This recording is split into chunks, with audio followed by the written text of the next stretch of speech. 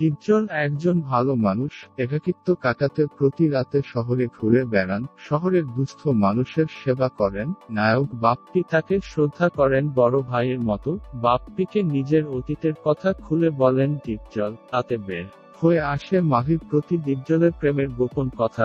বাংলা নতুন বছর উপলক্ষে আগামী 8 এপ্রিল সারা দেশে মুক্তি পাচ্ছে বাপ্পি ও মাহির নতুন ছবি অনেক দামে কেনা। এর আগেও একবার সিনেমাটির মুক্তির তারিখ জানানো হয়েছিল, কিন্তু নানা কারণে আর তা মুক্তি পায়নি। বাণিজ্যিক দিক বিবেচনা করে অনেক দামে কেনা ছবির প্রযোজনা প্রতিষ্ঠানের জাজ মাল্টিমিডিয়া বেছে নেয় বৈশাখের আগের এই সময়কে অনেক দামে কেনা ছবির মাধ্যমে।